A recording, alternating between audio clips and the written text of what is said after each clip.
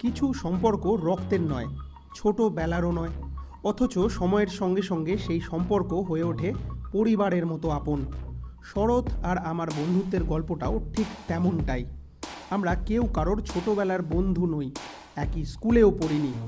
আজ থেকে প্রায় 25 বছর আগে একই ব্যাচে ইন্ডিয়ান এয়ারফোর্সে যোগ দিয়েছিলাম। সময় এগিয়ে গেছে, আমরা দুজনেই এখন ভেটেরান। ইউনিফর্মটা খুলে রেখেছি, কিন্তু সেই বন্ধুত্ব, সেই সম্পর্ক, সেই স্মৃতি আজও একই রকম উজ্জ্বল।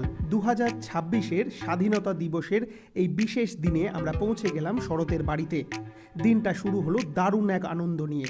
শরতের সুপার মিটিওরে তার নিজের শহরের রাস্তার ছোট্ট একটা জয় রাইড। কি যে আনন্দ, মনে হচ্ছিল বয়সটা যেন হঠাৎ করে কয়েক বছর পিছিয়ে গেছে।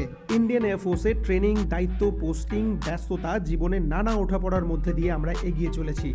প্রায় 20 বছর দেশের সেবা করার পর অবসরের ঠিক আগের সময়টা ভাগ্য আমাদের আবার একই ইউনিটে একসঙ্গে কাজ করার সুযোগ করে দিয়েছিল। আর সেখানেই যেন বন্ধুত্বটা শুধু আমাদের দুজনের মধ্যেই সীমাবদ্ধ থাকলো না, তৈরি হলো দুই পরিবারের মধ্যে এক সুন্দর আত্মিক সম্পর্ক। একে অপরের পরিবারের সাথে কাটানো কিছু সুন্দর মুহূর্ত, শরতের স্ত্রী মৌমিতার হাতে বানানো ঘরোয়া সুস্বাদু দুপুরের খাবার, আর আমাদের ছোটোখাটো খুশির মুহূর্ত।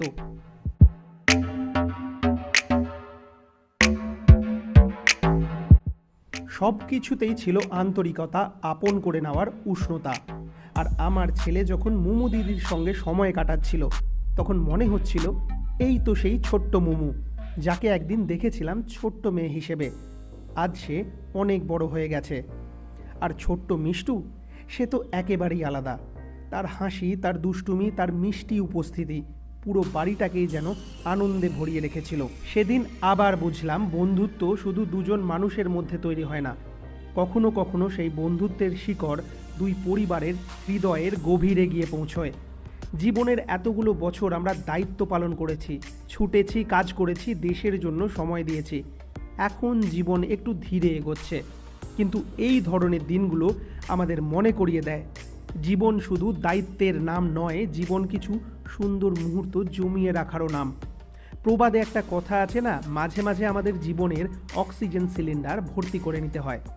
15ই আগস্ট সেই দিনটা ঠিক তেমনই ছিল। হাসি, গল্প, পরিবার, বন্ধুত্ব, পুরনো স্মৃতি আর নতুন আনন্দে আমরা যেন দুজনেই আমাদের অক্সিজেন সিলিন্ডারটা আবার ভরে নিলাম।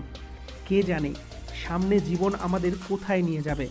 হয়তো আবার দেখা হবে, আবার কোনো নতুন জায়গায় বসে গল্প হবে। 25 বছর আগে ইন্ডিয়ান এয়ারফোর্সের একই ব্যাচে শুরু হওয়া এই বন্ধুত্ব শুধু 20 বছরের চাকরির সঙ্গী নয়, এটা এখন জীবনের পথ চলার সঙ্গী।